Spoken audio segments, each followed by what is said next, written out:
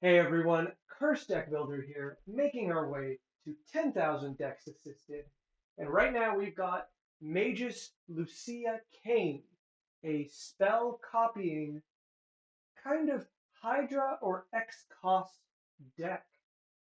This deck comes to us by Webjack, who says they're looking to refine the package that allows for multiple untaps and the removal kit because they think they lack in the artifact enchantment removal department.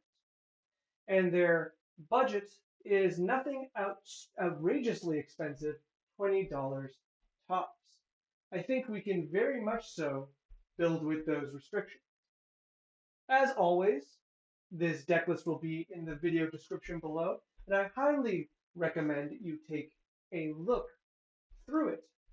This is one of those 40K commanders. And if you weren't around some people who bought into them, you might not have seen this commander before. I haven't, and I've never really, thought too much of her. But taking a look at it, I think it's a very fun commander and a very fun deck. So let's take a look and see who Magus Lucea Kane is and why we're using her. I assume her, yes, her for this deck. She's three colors, 4 mana. This is Temur, blue, green, red. She's a 1/1, and she has two abilities. The first one is at the beginning of combat on your turn, you put a +1/+1 counter on target creature. And then she has a second one where she can tap to add 2 colors. The next time you cast a spell with X in its mana cost, or activate an ability with X in its mana cost, or its activation cost, you will double the or create a copy of the spell or ability. And you can choose new targets. And of course, a copy of a permanent spell is a token. So, what does this mean? This means one, she functions as ramp. She's a 4 mana creature that taps for 2. That's ramp. Now it's all colorless, which isn't great, but not the worst. And then whenever you do tap her, the next ability, the next X ability or X spell you cast is copied. What's important about this is we don't actually need her mana to go into that X spell. It's just the next one you're going to cast this turn. So you can even hold this up on your opponent's turns to get the ability off. The intended play of this, of course, is that you spend that mana into that spell, but you don't necessarily need to if there's other things you want to do. So this deck is built around making the most of her ability by using a series of different, X spells, lots of Tyranids, a few Hydras, that benefit from getting doubled. And down here we have or up here to the side here, we have a bunch of sorceries and instants that also benefit as they are X spells in their own right. So the kind of gameplay of this deck is to get our commander out early, start casting copies of our own spells, so we're getting twice the effects for our spells, and then overwhelm our opponents with advantage that way. Now there's a bit of a side theme of a few cards here and there where it allows for our commander to be untapped and tapped several times. Hedman's Aura and Freed from the Real, for example, allow us to use blue mana to keep untapping our commander. And every time we do, we get another copy of the final spell. Now, something to note that these spells require blue mana, and she does not produce blue mana, so we have to be kind of careful with how we are, arranging this setup. Something else to remember is that, though tapping her is a mana ability, which means your opponents can't react, untapping her is not. So if you want to maximize the number of, untaps, you got to be a little careful with your mana if you are expecting removal. If you, tap a little weird and you go to untap her, your opponents might have the ability to destroy her and then stopping you from getting another copy of the spell in the end. Just something worth considering. So let's go down and let's look at the curve. So the curve is really interesting in this deck because the way X spells kind of work is that They just count the non-X mana for the mana value. But realistically, a lot of these spells aren't very worthwhile if X isn't at least 2 or higher.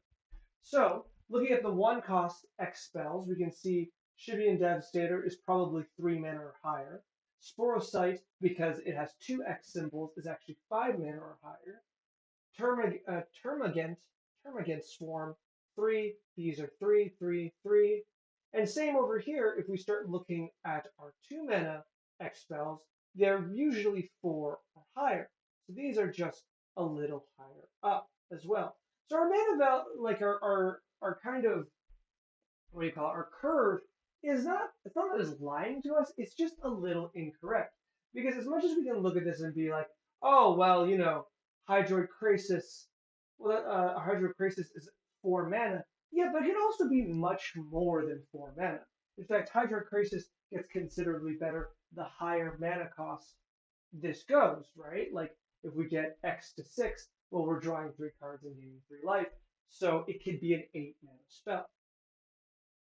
So, with that in mind, even though some spells probably will be cast for 4, such as, let's say, this Aberrant, we might cast it for X equal 2, that's a 4 mana spell, and we have a rule that our 4 mana spells should not, we shouldn't have too many 4 mana spells when our commander is 4 mana.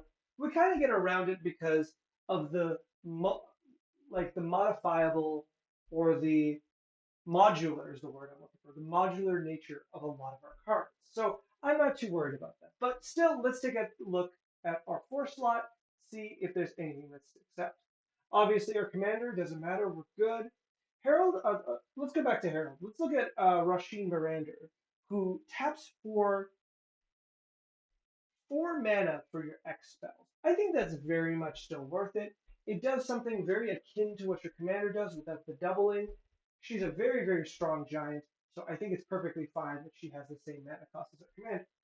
Likewise, Leyline of Abundance costs 4, though one might argue that it could be free if it's in your opening hand. Much more realistically, it costs 4.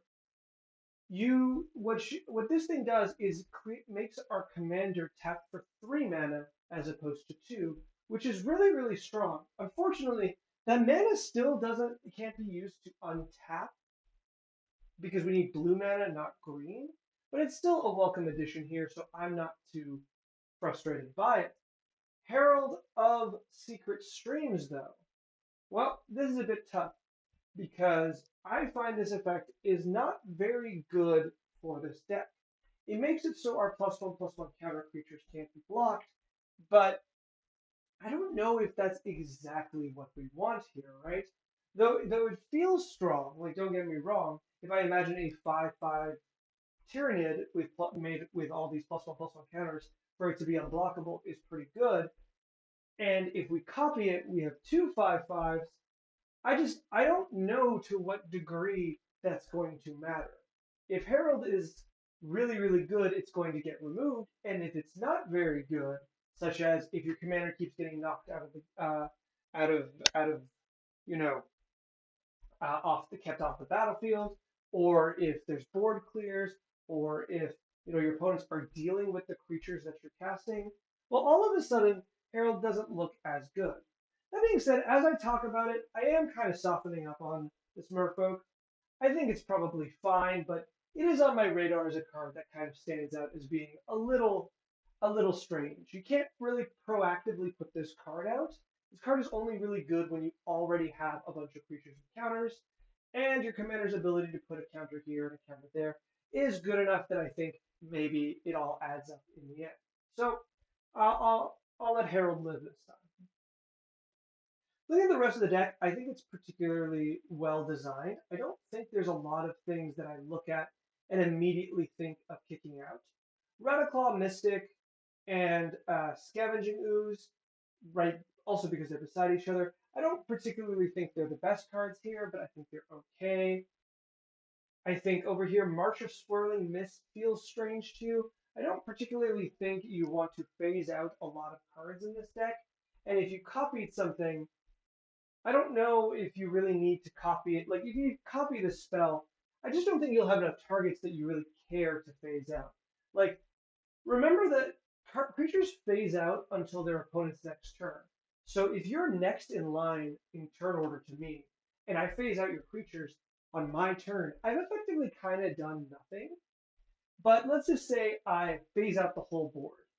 So considering that everyone phases in starting back on the left, if I've done this on my turn, I'm in the worst situation. If I've done this on my opponent's, like the opponent before me's turn, this can be kind of good. But I think there's just a lot of boards. This just doesn't really do anything. And there's a situation as well where some of these cards don't get that much better when you copy them. So like March of Swirling Mist, you often don't need, if you wanted to like hit all the creatures that you think is relevant, more often than not, you're going to need to just put 1 or 2 extra mana in it. You're not going to need to copy the spell entirely, right? That's probably overkill. And in boards where there's just so many targets, no matter how much mana you put into this probably won't make much of a difference either. So I don't know. I think it's okay. I don't think it's great, and it would definitely be on the chopping block now that I'm like the more I think about it. The rest of them I think are rather good. I think the other one that stands out is Reap the Past. Reap the Past is interesting because if you have a red and a green, you tap your commander, you cast this, you get 4 cards from your graveyard randomly. I think that by itself is fine, but I think you're going to have to test it a lot to find out. Because if you find yourself with a particularly big graveyard, you might need to put more mana in the spell. And the more mana you put in the spell, the more you're kind of burning out your current turn. Because it's sorcery speed, you kind of have to take a turn off if you want to get either any number, like a large number of cards back in your hand, or if there's a specific card you're looking for, it's kind of tricky because you're going to have to math it out to ensure you get it, and that math might put you out of mana for the turn. Otherwise, there's just going to be situations, I think, where you just don't really have anything in your graveyard, and this card won't be able to do much. Like, sure, for one cast of it, you're going to be able to get all your cards back, but there were only 2 cards to begin with, and there's no point in copying this. So I'm not too impressed with this card. The art is really cool, but I don't know if this is where you want to be. The rest looks really good. I think there's a few +1/+1 counter things that I'm not too sure about. Hardened Scales feels a little strange. I know what that does is like it grows a lot of these guys really well, but I prefer one of the doubling cards, which I think you do have in your considering section. Let me double check. Yeah, Branching Evolution I think is just much better. Remember, Hardened Scales is that many +1, which means for like a card like one of the Tyranids, when you put like 6 mana into it, the difference between a 6/6 and a 7/7 really isn't that much. The difference between a 6/6 and a 12/12 is a huge difference. And with that in mind, I think I'm a lot more interested in Branching Evolution than Hardened Scales. Okay, those are the cards that I feel are a little weaker. Let me see if I can give you some additional cards and answer a few of your questions. In fact, one of them I'm going to kind of answer now. You were saying that you felt that the instant and enchantment removal was a little lacking. I don't I don't think it is actually. I think there's so much here that deals with that, right? I think the one I would add. Let me see if I already put it off to the side. Yes, I think the one that you're missing is Nature's Claim because you're already playing Return to Nature, which I like. You're playing Beast Within, which would have been my first choice after Nature's Claim, and then you have a few here. Where is the primordial? Nope, the other Hydra. Let me see if I can find it. The Steel Bane Hydra. There we go. That also destroys enchantments and artifacts. Like I think that's already quite a few, if you ask me. I think I don't think you really want to invest more than that in order to destroy enchantments and artifacts. Now, if you're up against like a player that always brings tons and tons of enchantments and artifacts, like there are options in your colors, especially red and green, that can destroy or exile all enchantments and artifacts. So that could be good, but I do think it is a bit overkill. Nature's Claim is probably the last one you should play. It's exceptionally strong, so it is often the first enchantment and artifact removal that I'll use in when I'm in green, and I think it does the job much better than anything else. Just one mana, deal with anything. You give them 4 life, which is pretty negligible within this format. I'm sure there's some X spells that destroy enchantments or artifacts, and I would maybe look into those, but they seem really, really, they really target, they're really narrow, and they don't hit a lot of things because oftentimes you want to destroy creatures, not all these other things. So I don't know so much if I would advocate for some of those. All right, let's go in no particular order through the sections of cards. So first, I've got some X spells I'd like to throw your way. The first one is Genesis Hydra. Genesis Hydra, when you cast it, you look through the top cards with X, and then you put a non-land permanent with mana value X or less on the battlefield. Now, this isn't the perfect card because there are a lot of cards it misses, and I do acknowledge that. Like, a lot of the X creatures get considerably worse if you try to cast them this way or just put them on the battlefield. But with the enchantments, with the artifacts, and with a number of your creatures, I think it's still just fine. I think it's good enough that I would still consider playing it. And I just want to confirm. Oops, let's go up to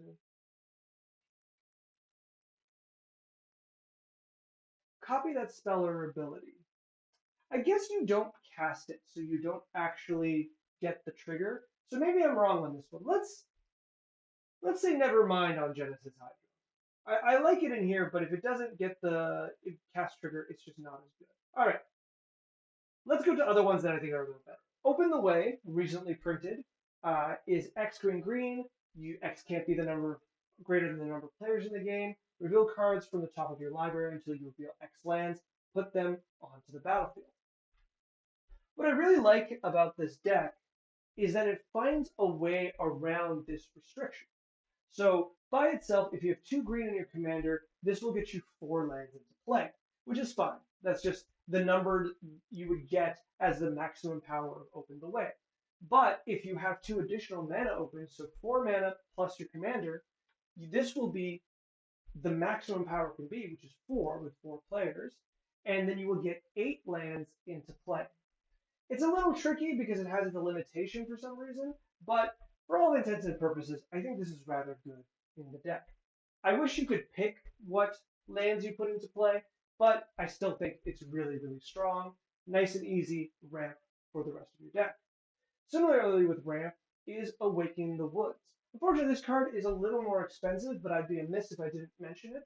Awakening the Wood does something very similar, but instead of putting lands into play, it creates land tokens into play. Once again, if you cast this just with your commander, that's 4 Forest Dryad land tokens, creature tokens, 4 Dryads. Let's just say that's 4 Dryads, which is 4 forests, which is not bad. But for every extra point you can you can put into this spell, it's just going to get a little better and a little better. I think you could be really happy with just casting quite a few. If you could put X being 6, having 12 1/1s that can tap for mana the next turn is pretty good. It's kind of stronger in like landfall strategies, but I don't think that's anything bad. I think it's still a very good X spell that you can also cast on a few turns to just use it for the mana on the next turn, just as a ramp spell, right? So I do like that. Speaking of ramp, I have a few suggestions today. I notice that we are in a situation where we don't really have that much ramp, right? What do we have? Where's sorceries? We have 3 visits, Soul Ring, Arcane Signet, and let's see, Elementalist Palette, but that's more themed in general. So we don't really have a lot of mana rocks. And I'm going to suggest that we do play some because 2 reasons. One, this deck gets stronger the more mana it has. And at 34 lands, I think you should actually be using, you would benefit from the rocks just adding to the mana base. Because sometimes you're not going to have your commander, you're not going to have all the mana dorks, you're just going to have to be casting out these hydras, just regularly, and having a few little extra mana here and there will make a big difference. But the second and the more important reason I'm going to suggest Mana Rocks, with the signets, of course, because we can play, let's see, Gruul Signet, Izzet Signet, and Simic Signet.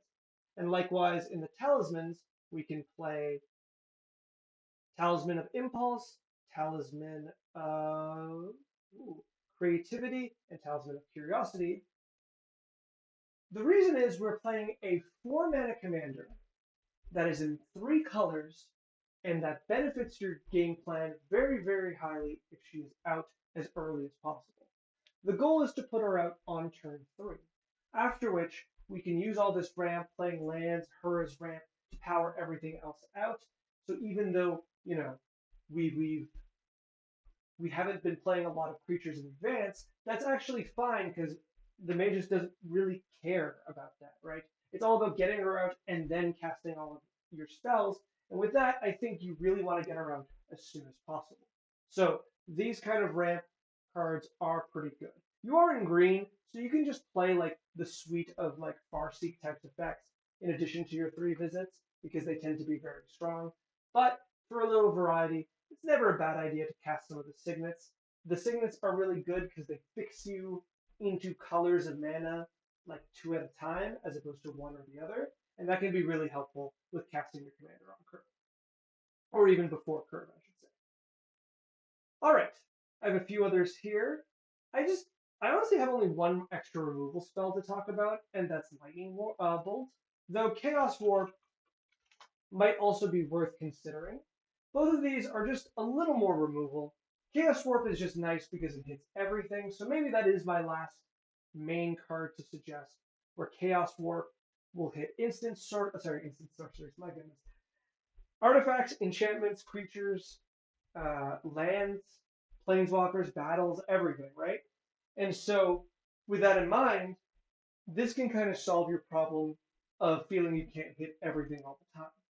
But even if you don't play Chaos Warp, I think Lightning Bolt is pretty good to play. You're already playing the 2 transformative blue removal spells that I really like, with Pongify and Rapid Hybridization. But Lightning Bolt is also just always playable in Commander. You'd be surprised how many commanders just fall to a Lightning Bolt. Yours does, and a lot of others too. And paying 1 mana just to remove their commander another time is just really, really nice. So you're in red, play Lightning Bolt, you'll have a great time. Now, the next thing I wanted to suggest is 2 cards about the untapping theme that I think are worth considering. One is 1,000-Year Elixir. Unfortunately, you can't play Black-Green Tyvar, so you'll have to play the original version of that card, which is this card right here. It gives your commander pseudo haste, and then for 1 mana, which can come from the commander, which is why I think this one's really important, you can untap her and tap her again. So I really do like this one. I think it is very, very strong. And just for a number of reasons, I think it is worth getting. It is a little pricey, but I think it is an upgrade that you can plan around and get a lot out of. Otherwise, there's a number of like Kiora's Followers kind of cards where they just untap permanents. Kiora's Follower itself is just particularly good. I love that he's holding out 2 tridents. That art makes me laugh all the time. But it does do exactly what it says on the tin, where it untaps your commander. That's it. There's a lot of cards like that. You can look through other decks to get ideas, but you can put like 2 or 3 of these cards, these creatures that untap permanents.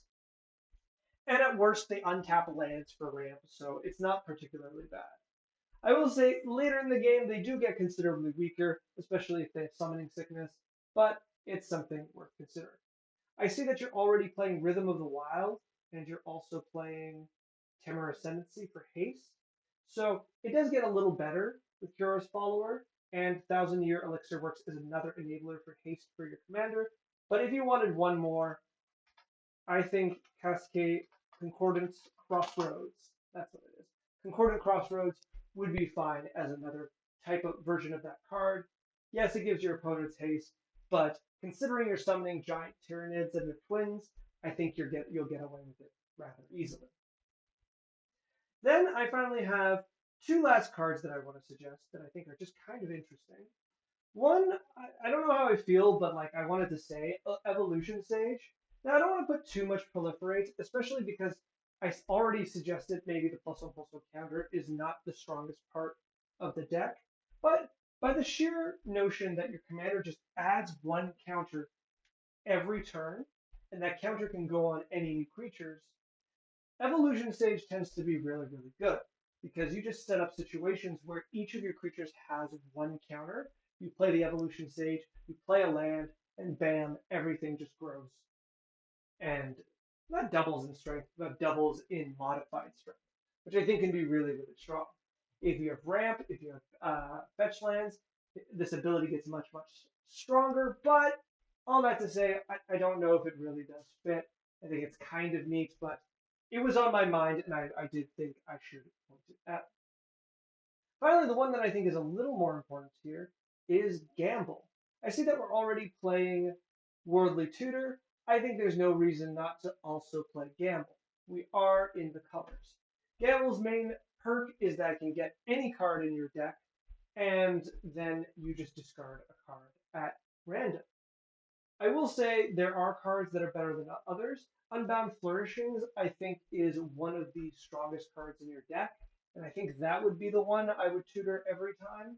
But depending on the situations, there might be a few other cards that you like. All right, that's generally my tips for this deck. I think it's really cool. I really like the idea of X-Spell decks. I've seen a lot of them, and most of them didn't really catch my eye, but Magus Lucea Kane seems really strong, and the fact that it doubles both, your creatures and your instants and sorceries, sorry, I think that's really strong and very modular. That being said, it is difficult for me to exactly pinpoint the power of this deck because of that modular nature for it. And I can see in situations where you have a lot of mana and you have a lot of cards that you're getting really, really far ahead and winning the game by, getting double creatures, double spells, and so on. Whereas if you don't, I think this deck kind of suffers because a lot of these cards aren't very good if you cannot put quite a bit of mana into them. When I think of the Shivan Devastator, I think of this awesome Dragon Hydra with flying and haste. But if X is 1, it's not so awesome, is it? Even X being 2 isn't great. In fact, the only way this card ends up being particularly strong is if X is at least 4 or more.